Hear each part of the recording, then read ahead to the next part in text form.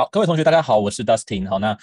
最近呢，有不少同学一直在问说，Dustin，你的这个 GMAT 终结者里面，好，这个多阶段的训练模式到底是怎么样进行的？那如果我自己在训练的时候，我常常这只会刷题啊，好了，或者是这只会一直写题目，一直写题目，OG 也写完了，PP 也写完了，对不对？好，那我到底要怎么样让我自己有系统能够加强能力？我总是觉得写那么多题，但是我的做题的效率也没有进步，考点也没有进步，那该怎么办呢？所以今天要跟大家分享一下，要怎么样多阶段的去做 GMAT 的 verbal 题型的练习。好，那我们来一个个来看。首先第一个阶段叫做你必须要让自己做解题上是有一套 SOP 的。好，那这个阶段呢，我会建议你做题先不要限时间。好，请你在题目放一边，讲义放另外一边，以及你的老师所建议的这个做题 SOP 也放旁边，请你要保持着一个像在开飞机一样的感觉。好，在开飞机的时候呢，你会有一个操作手册，会有一个 checklist。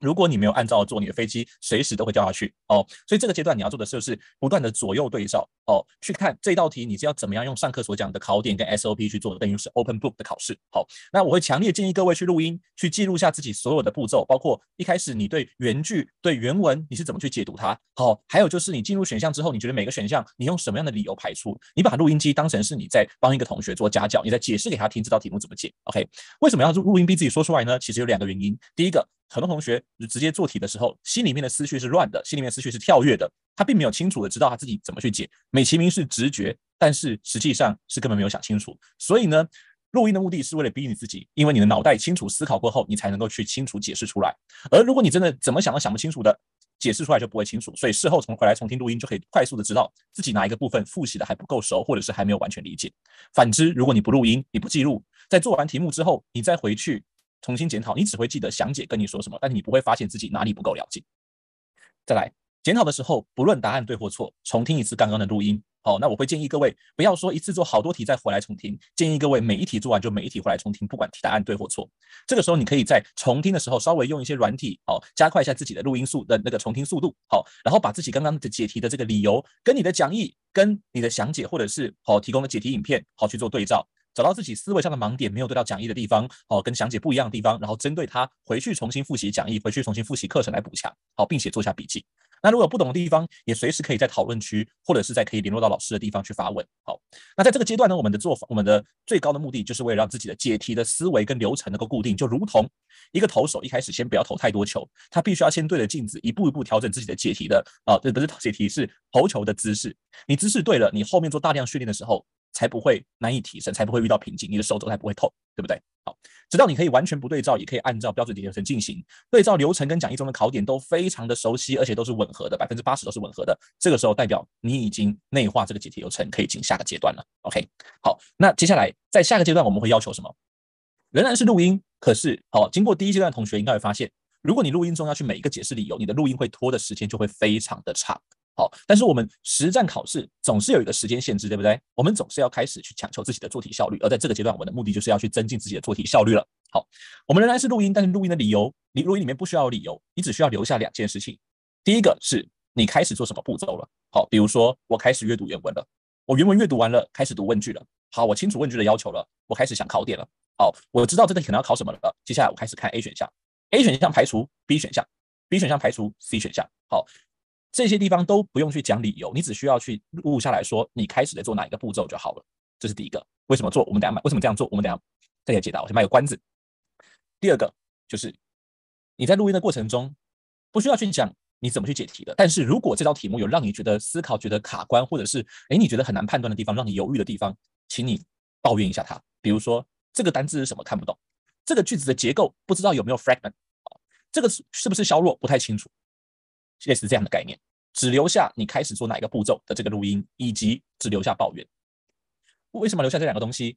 因为我们接下来检讨的时候，我们不需要去检讨所有的点，我们只需要去检讨自己有问题的点就可以了。而在录音中留下你自己具体的问题，有助于事后检讨的时候能够对症下药。OK， 再来，我们这段时间录音的时候，我们是要去逐步限时的，也就是我们要开始去控制自己的做题时间。一开始你可以先以自己以前录音的平均时间为标准，比如说你以前录一道 SC 题，你需要解释理由要4分钟，现在我们不解释理由，我们只留下开始做某个步骤，我们只留下偶尔的抱怨，那我们的时间肯定会变快，对不对？好，那这个时候呢，我们就可以逐步的去缩减时间。比如说今天你练一题4分钟，好，然后呢发现这个时间很充裕，那你明天就可以改成一题3分半，再隔天就可以改成一题3分钟。你只要觉得时间充裕，你心里面的流程都可以顺着跑完，那你的时间就可以继续的往内缩减限时。而有一天你会发现，你的时间真的缩到不能再缩，再缩下去的时候，心里的解题流程会来不及跑完的时候。好，比如说我现在4分钟缩到3分钟，3分钟缩到3分半，3分钟缩到2分半，我觉得 OK。但是我们心里面的目标时间可能是一题1分半，但是我缩到2分的时候，我发现我缩不下去了。这个时候你就要把你的录音拿出来，把那些时间上可以进2分钟的题目，跟时间上不能进2分钟的题目，你把你的录音拿出来，去记录下你在做每个步骤是几分几秒做的。这就是我们刚留这个步骤的目的了。OK， 好，比如说你0分20秒的时候看完原句，这是正常的题目，但是在异常的题目里面，时间爆掉的题目里面，你可能要40秒时间才能看完原句，那你就知道这是你的阅读效率的问题。比如说你在时间正常的时候，你第一轮平均每10秒删去一个选项，而在时间异常的时候，你发现你第一轮某些选项会到30秒或者是40秒，那你就知道那是你对那个选项的考点不熟悉，导致你做题时间没有效率。而这样的做法才能够去精确的定位到你的做题时间慢，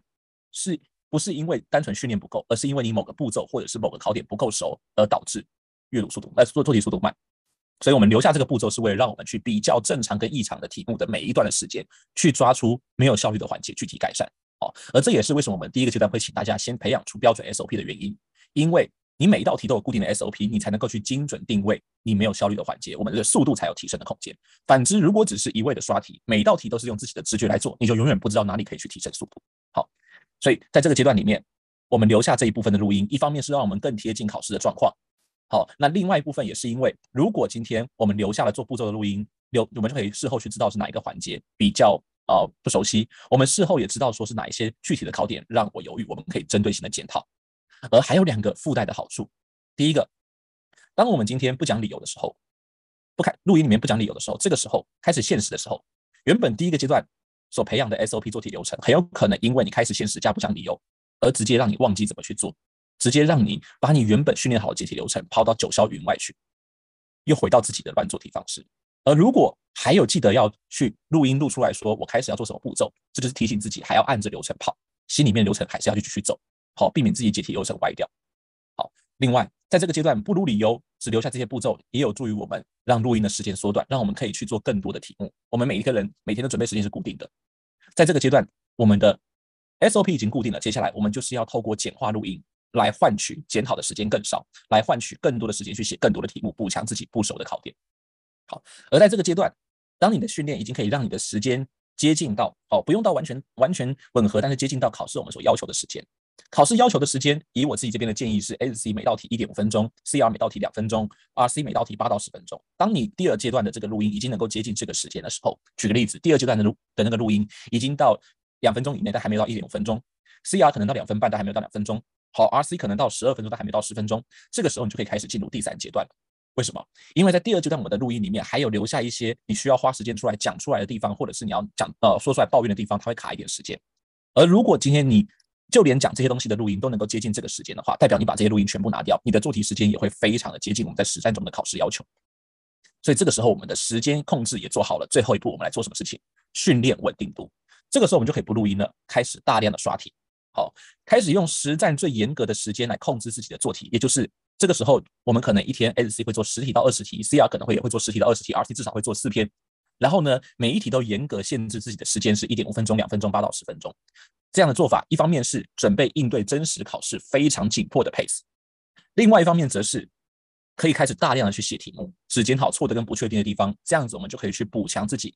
虽然不熟悉，但是可能因为我们前面做题的量不够多，我们前面主要的练习流程或速度量不够多，所以我们还没碰到知识点，这些我们都可以一并的补强。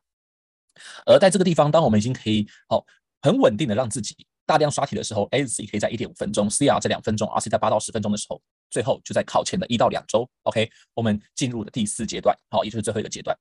在第4阶段的部分呢，我们是1天1回模考，搭配过去你做 OG 或者是 Verbal Review 或者是 PP 好 Prep 1、2、3、4这些错题重新写过一遍。好，不过这个地方的模考，各位要注意的是，我们不要去管模考的正确率，模考正确率并不是很准，因为里面有些题目是你写过的。好，模考正确率高你也不会相信有考过试的就知道我在说什么。正确率低呢，你更难过，对不对？好，所以你去看那个正确率没有用，而且实际上算分机制也不是按那个正确率来算。我们做模考的目的就只是为了去锻炼实战中的那个耐力，还有更重要的意义是什么？就是各位要记住，实战中 GMAT 的计分模式最忌讳的就是你的 pace 失控，导致简单的题目你做错，反而前面的难题你做对。GMAT 会因为这样而额外惩罚你。因为正常的人是不可能简单题做错，难题反而做对的。所以呢，我们要避免让自己失控，避免让自己的时间控制不好，我们就要用这个模考来去抓到会有可能让自己卡住、陷入泥淖的地方。所以在前2天的模考，前2、3回的模考，我们要边做边录音。但是这个录音只需要录一个东西，你也不需要录你做到某个步骤了，你也不需要去录理由，你只留下一个，就是你觉得遇到障碍的地方。比如说这个 SC 这个句子结构好复杂，读好久。比如说做到某一题的 CR， 你突然冒出一句说这个命题这个问句看不太懂，还要问什么？比如说做到某一题的 RC， 突然冒出一句说这一题第8题定位定不到。好，这些都是你在实战中有可能会让你陷入泥淖，会让你卡住的地方，你都全部把它录下来。而在第3天结束的时候，回来重听你前2天的模考里面，你录下这些障碍的地方。好，当然这时候你可以去搭配一些录音软体，它可以去显示你的录音的波长，也就可以跳过那些空白，直接去对到你真的有讲话的地方。把这些有障碍的地方全部都记在纸上，并且一个一个的设定自己遇到这个障碍的时候，几分几秒要离开，要停损。举个例子，你发现说，在你看刚刚 CR 的部分，你发现你读不懂问句的时候，距离你开始做题的时候已经过了30秒的时间，而你原本 CR 设定的是每一道题2分钟，那你就知道在纸上就记下来，当 CR 读不懂问句的时候，再给自己2分钟扣掉30秒已经花掉了，1分30秒之后就要走，就是停损。OK。好，那或者是像刚刚说在这个 RC 发现某一道题定不了位的时候，大概率距离进那道题已经过了20秒，那你就知道，假设你 RC 每一道题目给自己限制的时间是1分半钟，那你就知道再过1分10秒要走。这些全部都记在纸上，这个就是在实战的时候，你只要遇到每一个你有可能陷入泥淖的情境，你都知道几分几秒之后你要退场。在实战的时候，如果真的遇到这些问题的时候，往右上角看一下时钟，稍微倒扣一下那个时间，比如说真的遇到问题的，真的遇到一个我们需要1分30秒之后停损的，假设现在是56分20秒。那我们就知道，我们大概55分整的时候，我们准备要撤退，这样子就可以确保你不会头洗在某一题上面跟他熬单，不会说好在某些你不一定会做对的题目上耗去了大量的时间，反而让后面你有可能会做对的一些比较符合你程度的题目没有时间去做，最后反而做错，到最后 GMAT 反而会额外低估你的成绩，而让你的分数波动非常的大。好，所以记录下这些东西之后，在接下来日子的模考，你就是要去训练自己，按照你纸上记录的这些东西，在模考里面一有问题就停损，一有问题就停损，让自己训练这个断舍离的能力，让 pace 完全的稳定下来。好，这就是我们的4阶段的终结者训练。OK， 好，那跟各位看一下，好，就是我们实际上是怎么执行的。OK， 好。在实际上，我们终结者也的确是用这种方式训练。各位可以看到，我们每个阶段都有标准解题，有先练习，也有我们刚刚讲的这个流程固化跟时间控制，然后还有最后的这个连续耐力控管训练，以及最后会有这个我们刚刚讲设定动态停损的策略巩固期。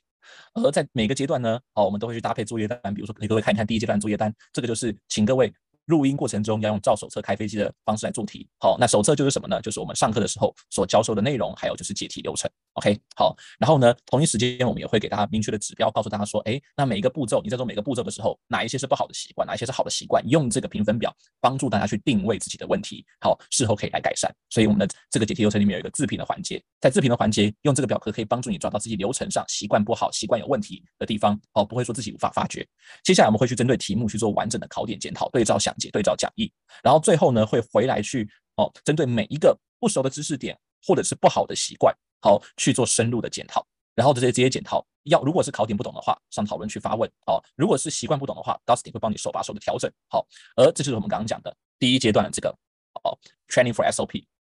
而在第2阶段的部分呢，我们刚刚不是说第2阶段是要开始逐步的现实，逐步的去抓到自己的这个问题，对不对？好，我们这边也有什么？也有完整的作业单。好，各位可以看到，在这个作业单里面呢，在这个阶段我们不会去讲理由，但是我们会像是这样子一样，进选项呢保留 A、B 挑战单词看不懂，就是保留抱怨跟保留我做到什么步骤了。接下来检讨的时候，我们只检讨刚刚所留下的抱怨或者是错误的选项，然后我们会留下这个时间轴。而当今天自己时间缩不下去的时候，我们就可以对照正常的时间轴跟时间缩不下去、时间爆掉的题目，它们的每个阶段差别在什么地方，我们就知道到底自己是哪一个步骤没有效率，还是说自己是某一个步骤的观念考点不够熟，就可以进一步的去精准对到问题，控制自己的时间。OK， 好，那当然第3阶段是没有作业单，但是我们第3阶段就是什么？就是如同刚刚所讲的，用大量的刷题来补强自己的盲点，并且让自己趋于稳定。而第4阶段就是利用模考去设定控制的停损时间。OK， 好，所以各位。